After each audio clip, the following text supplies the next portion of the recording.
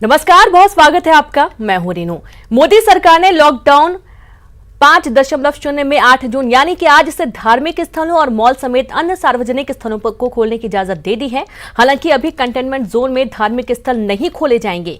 फिलहाल containment zone से बाहर के धार्मिक स्थलों को ही खोलने की इजाजत मिली है, लेकिन इसके बावजूद कई शहरों में अभी बड़े और प्रसिद्ध धार्मिक स्थल नहीं खोले जा रहे हैं। इन शहरों में प्रदेश की राजधानी भोपाल सहित कुछ दूसरे शहर भी शामिल हैं। वहीं 22 मार्च से बंद श्री महाकाल मंदिर आज से भक्तों के लिए खोला जा रहा है। ओरछा रामराजा सरकार के दर्शन के लिए अब ऑनलाइन बुकिंग करनी होगी। विश्व प्रसिद्ध तांत्रिक शक्तिपीठ मां मंगलामुखी मंदिर भी आज से खुलेगा। विश्व भर में प्रसिद्ध पीताम्बरा पीठ का मंदिर भी आज खुलने के लिए पूरी तरह से तैयार है, लेकिन खंडवा के बाबा ओमकारेश्वर का धाम 16 जून से खुलेगा। हालांकि 65 साल से ज्यादा उम्र के लोगों, बीमारों और गर्भवती महिलाओं, साथ ही 10 साल से कम उम्र के बच्चों के लिए मंदिर समेत तमाम धार्मिक स्थलों में जाने पर मनाही है। इनको घर में ही रहने की सलाह दी गई है।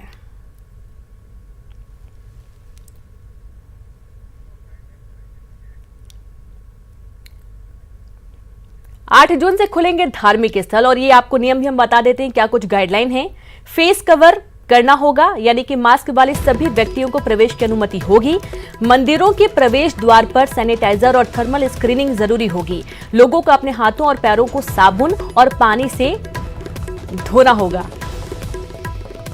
जूते चप्पल अलग अलग स्लॉट में लोग खुद रखें। दुकान, स्टॉल, कैफेटेरिया में सामाजिक दूरी का पालन करना जरूरी होगा। हर समय कम से कम 6 फीट की शारीरिक दूरी बनाए रखें। बैठने की व्यवस्था में सामाजिक दूरी का ध्यान रखना जरूरी होगा। मूर्तियों, पवित्र पुस्तकों आदि को छूने से मना किया गया है। बड़ी सभाएं, मंडलियों पर रोक जारी रहेगी। रिकॉर्ड किए गए भक्ति संगीत गाने बजाए जा सकते हैं। बजाने वालों या गायन समूहों को अनुमति नहीं है। आम प्रार्थना मैट से बचें। भक्त खुद की मैट लाएं। प्रसाद वितरण या पवित्र जल का छिड़काव नहीं होना चाहिए।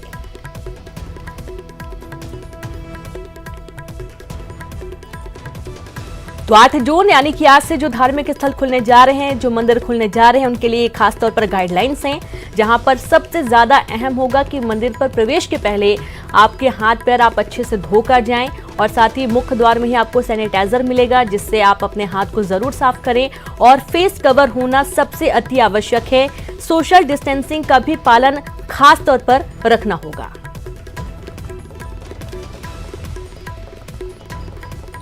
और ज्यादा जानकारी के साथ टीकमगढ़ से राजीव रावत जुड़ गए हैं। राजीव, बहुत प्रसिद्ध मंदिर है टीकमगढ़ में भी भगवान भोलेनाथ का, और इसके साथ ही देखा जा रहा है कि बड़ी संख्या में यहाँ पर जो भक्त पहुंचते थे, 2 महीने से नहीं जा पा रहे थे, क्या कुछ गाइडलाइंस के तहत यहाँ पर व्यवस्थाएं की गई हैं? और लगभग आज कितने लोग हैं जो कि पहुंचे हैं मंदिर में? राजीव।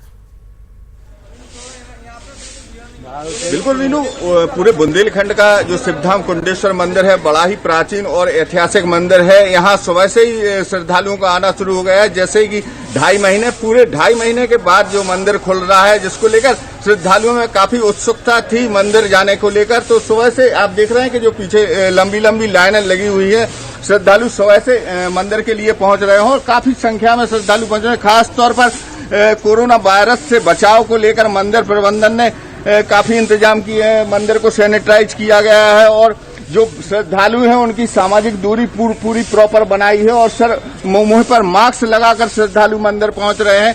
श्रद्धालुओं को एक दूसरे से बचाव को लेकर काफी इंतजाम किए जा रहे हैं। सैनिटाइजर रखा गया है और जिसको लेकर जो मंदिर प्रबंधन है और पुलिस की व्यवस्था है, काफी चाक चौबंद व्यवस्था की गई ताकि कोरोना वायरस का संक्रमण ना फैले और श्रद्धालुओं के लिए आसानी से दर्शन हो। रीनू जी बिल्कुल, कुंडेश्वर भगवान के यहाँ पर मंदिर है राजीव, और अक्सर ये देखा जाता है कि बड़े बड़े नेता भी पहुंचे हैं इस मंदिर में। ग्वालियर चंबल अंचल की शान कहलाता है ये मंदिर, और अक्सर ये देखा है हमने कि जो बड़े केंद्रीय मंत्री रह चुके हैं, स्वर्गीय चाहे सुषमा स्वराज रही हों, वो सब भी यहाँ पर पहुंची थी। खास महत्व तो है ही, 2 महीने से जो लोग लॉक थे, अब जाहिर तौर पर प्रार्थनाएं होंगी, दुआएं होंगी कि ये जो कोरोना काल है जल्द से जल्द खत्म हो और अच्छा वक्त वापस से आ जाए, ताकि सभी लोग मिलजुल कर खुशियां मना सकें। राजीव, मंदिर प्रबंधन से लेकर जो आम श्रद्धालु वहां पर पहुंच रहे हैं, किस तरीके के एहतियात उनमें देखने को मिल रहे हैं? क्या वो खुद ब खुद लॉकडाउन 5 का पालन कर रहे हैं?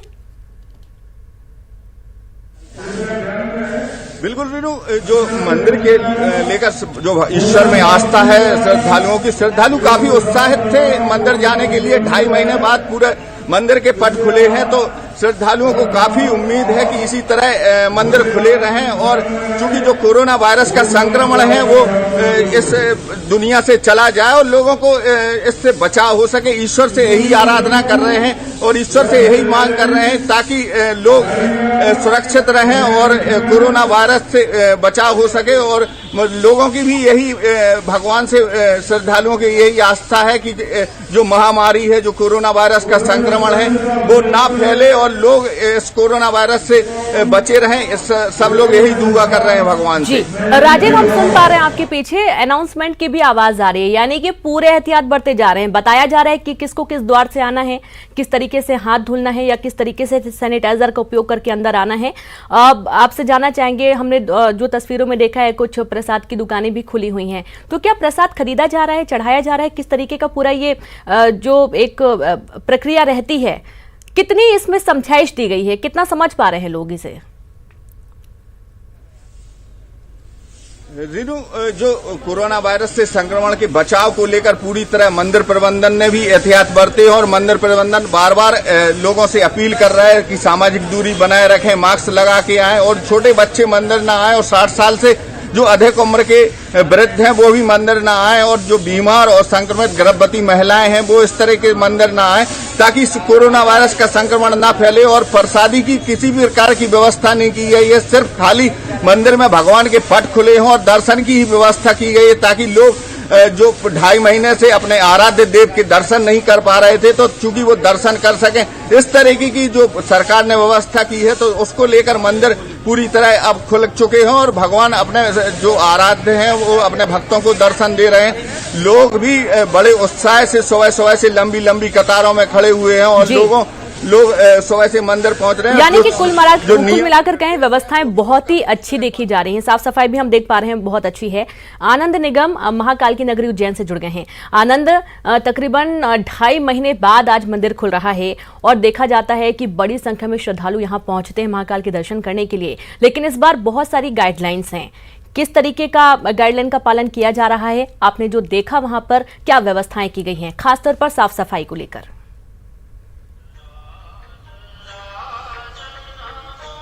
बिल्कुल, देखिए अगर स्लॉट सुबह 8 बजे का है तो कुछ ही देर बाद यहाँ पर श्रद्धालु आना शुरू हो जाएंगे और अभी तक तकरीबन पहले स्लॉट के लिए 400 से अधिक बुकिंग यहाँ पर करवा ली है श्रद्धालुओं ने। जी बिल्कुल।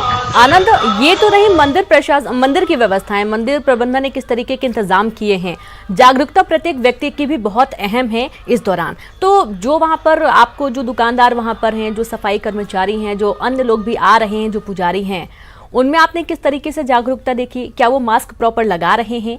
बिल्कुल, जिस तरीके से कहा जा रहा है कि हर दुकान में या हर द्वार पर सैनिटाइजर जरूर होना चाहिए, तो क्या नागरिक भी इस्तेमाल कर रहे हैं उसका?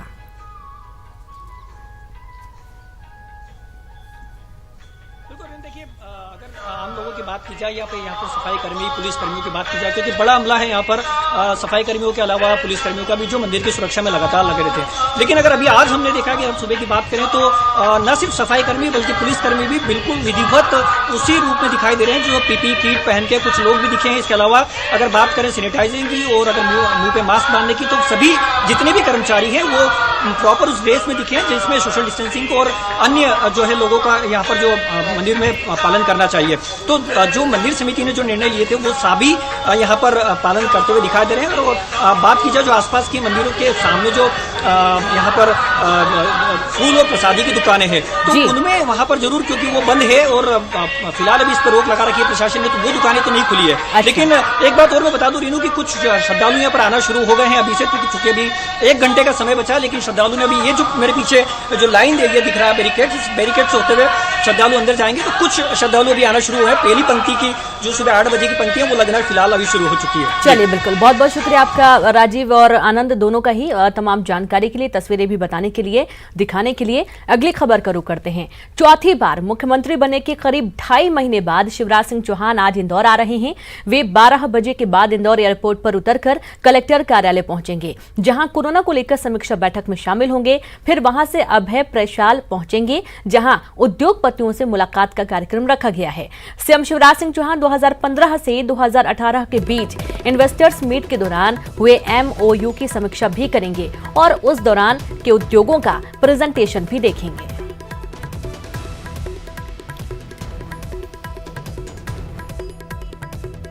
तो चौथी बार मुख्यमंत्री बनने के बाद, शपथ लेने के बाद पहली बार अभी सीएम जा रहे हैं। जब चौथी बार उन्होंने शपथ ली है, उसके बाद पहली बार वो इंदौर जा रहे हैं। कोरोना काल की वजह से इंदौर दौरा नहीं कर पाए थे। और एक बात और है, विपक्ष ने भी काफी घेरा था कि आप इंदौर नहीं जा रहे हैं, जबकि सबसे ज्यादा केस इंदौर में ही देखे जा रहे हैं। संवाददाता शरद जुड़ गए हैं। शरद, आज सीएम इंदौर पहुंचेंगे, ये वो मौका होगा जब विपक्ष ने बहुत तंज भी कसे हैं, कई सारे सवाल भी खड़े किए गए हैं कि आप इंदौर क्यों नहीं जा रहे हैं, जबकि मध्य प्रदेश में सबसे ज्यादा केस वहां पर हैं। आज सीएम इंदौर पहुंचेंगे, क्या क्या कार्यक्रम है, विस्तार से बताइए शरद।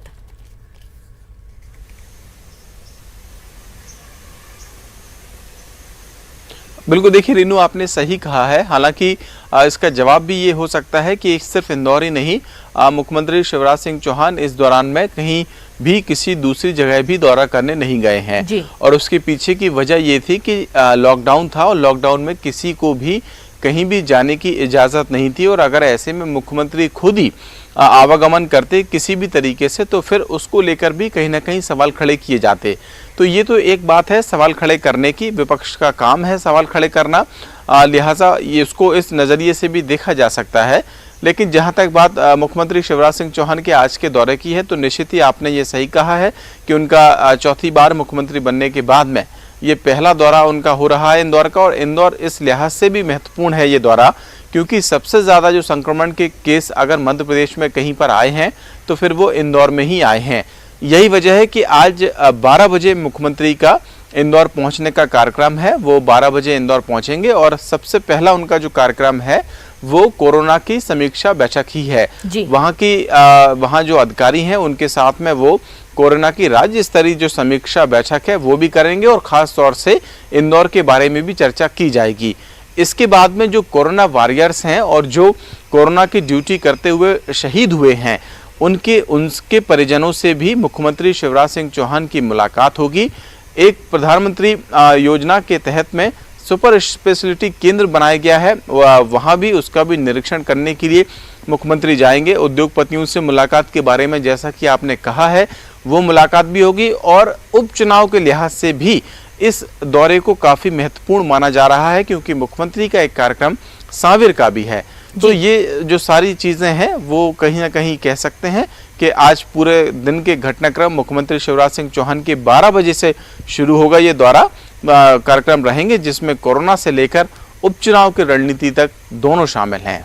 जी बिल्कुल, बहुत बहुत शुक्रिया आपका शरद तमाम जानकारी के लिए। तो दौरा काफ़ी अहम है और सबसे खास बात यह है कि आज जो शहीद कोरोना वॉरियर्स हैं उनके परिजनों से भी मुलाकात करेंगे। बहुत ही शोक का वक्त पूरे परिवार में है और ये मुलाकात काफ़ी अहम भी मानी जा रही है। अगली खबर का रुख करते हैं। जियो प्लेटफॉर्म में एक और बड़े इन्वेस्टमेंट की घोषणा हुई है और अब ADIA 5,683.50 करोड़ रुपए का निवेश करेगी।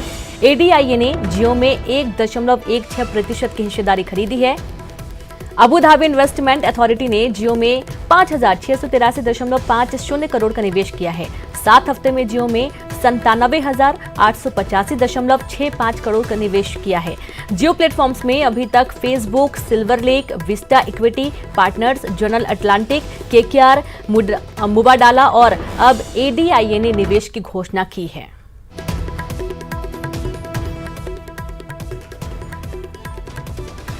तो जियो में ये बड़ा निवेश कहा जा रहा है। ADIA का जियो में निवेश का बड़ा ऐलान और जियो में 1.16% की हिस्सेदारी है। तो वहीं ADIA का जियो में 5,683.50 करोड़ का निवेश अबू धाबी इन्वेस्टमेंट अथॉरिटी का जियो में निवेश किया गया है। 7 हफ्ते में जियो में 97,885.65 करोड़ का निवेश देखा गया है, जो कि अभी तक का सबसे बड़ा निवेश कहा जा रहा है। बार फिर से आप सभी का स्वागत है। रायसेन से खबर, जहां नेशनल हाईवे 12 पर ट्रक में आग लग गई। भोपाल से सामान भरकर कोलकाता ट्रक जा रहा था और इसी दौरान ट्रक में गैस टंकी से आग निकलने लगी। लाखों रुपए का नुकसान हुआ है ड्राइवर और क्लीनर ने कूदकर अपनी जान बचाई। दमकल ने मौके पर पहुंचकर आग पर काबू पाया। बड़ी खबर है रायसेन से। आप देखिए, देर रात की तस्वीरें आपको दिखा रहे हैं, जहां पर ट्रक में अचानक से आग लग गई थी।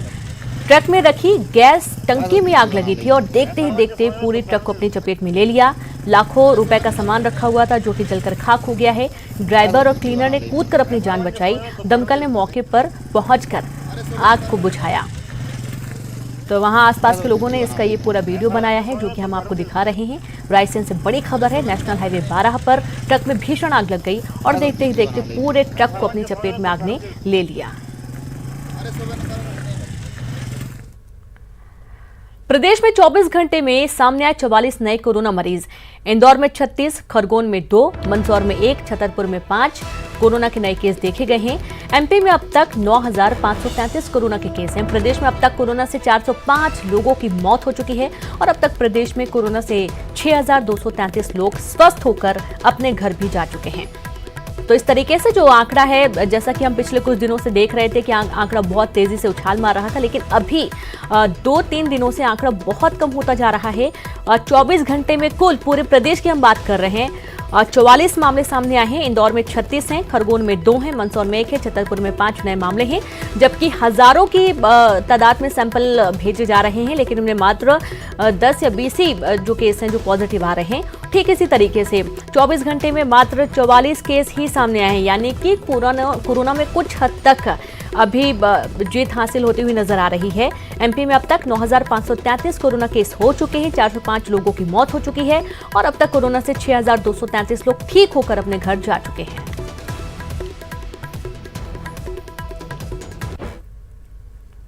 इंदौर में कोरोना अब थमने लगा है। 24 घंटे में 1,776 सैंपल की जांच हुई है। सिर्फ 36 सैंपल निकले हैं पॉजिटिव। जैसा कि मैं आपको बता रही थी कि हजारों की तादाद में सैंपल जांच के लिए जाते हैं, लेकिन उनमें मात्र बहुत ही कम सैंपल होते हैं जो कि पॉजिटिव निकलते हैं। और ऐसे ही है जहां पर 1,776 सैंपल भेजे गए थे। 24 घंटे में जांच में सिर्फ 36 सैंपल ही पॉजिटिव पाए गए हैं और अब कुल पॉजिटिव मरीजों की संख्या यहां पर 3,785 है, जो कि पूरे मध्य प्रदेश में सबसे ज्यादा मामले इंदौर में हैं। मरीजों का आंकड़ा 2400 के पार है और अब तक 2,454 मरीज स्वस्थ होकर अपने घर जा चुके हैं। 24 घंटे में सिर्फ 1 मरीज की मौत की पुष्टि हुई है। अब तक कोरोना से 157 मरीजों की मौत हो चुकी है। 1,174 मरीजों का इलाज अभी चल रहा है।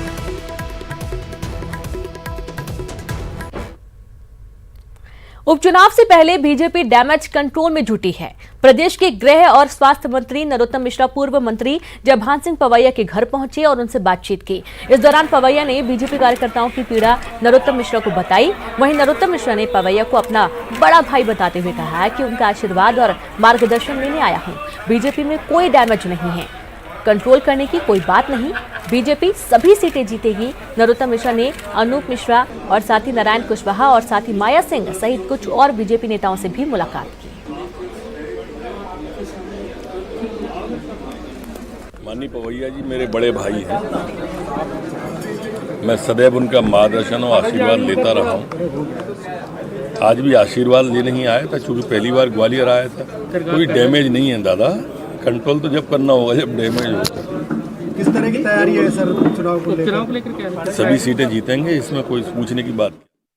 भोपाल से खबर है जहां उपचुनाव के रण में बीजेपी का एक और ठोस कदम, जहां बीजेपी ने संचालन और प्रबंध समिति गठित की है। 22 सदस्यीय संचालन समिति का गठन किया गया। सीएम शिवराज सिंह चौहान, नरेंद्र सिंह तोमर और कैलाश विजयवर्गीय ज्योतिरादित्य सिंधिया समिति में शामिल हुए। संचालन समिति में 10 पूर्व मंत्री भी शामिल हैं। 18 सदस्यीय प्रबंध समिति का भी गठन किया गया। सिंधिया के अलावा उनके किसी भी समर्थक को जगह नहीं मिली है। तो बड़ी खबर है भोपाल से, जहां पर उपचुनाव के रण में बीजेपी ने एक और ठोस कदम उठाया है। बीजेपी ने संचालन और प्रबंध समिति गठित की है और इस दौरान सिंधिया के अलावा उनके किसी भी समर्थक को शामिल नहीं किया गया।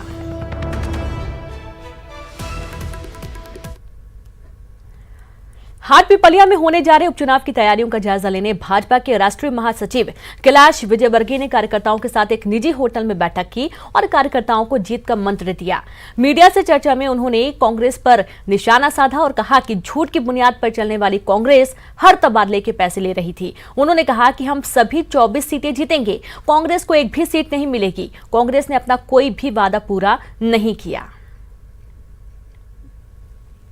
ऐसा है कि झूठ के धरातल पर खड़ी हुई पार्टी कभी भी सफल नहीं हो सकती। पिछले चुनाव में उन्होंने जो वादे किए, एक भी वादा पूरा नहीं किया, चाहे किसानों का हो, चाहे महिलाओं का, चाहे नौजवानों का। और भ्रष्टाचार इस हद तक था कि लोग कहते थे कि फावड़े से पैसे खींचते हैं, इन्होंने जेसीबी से पैसे खींचे। मतलब इस प्रकार का भ्रष्टाचार इस प्रदेश में हो गया था। कलेक्टर की नियुक्ति में भ्रष्टाचार, पीडब्ल्यूडी के इंजीनियर की नियुक्ति में भ्रष्टाचार, बिना पैसे लिए किसी का ट्रांसफ़र ही नहीं होता था। तो इस प्रकार एक ट्रांसफ़र उद्योग चालू हो गए, शराब अवैध चालू हो गई, सब जितने भी अवैध धंधे थे सब चालू हो गए थे और इसलिए लोगों ने भुगता। और इसी के साथ इस बुलेटिन में इतना ही। नमस्कार।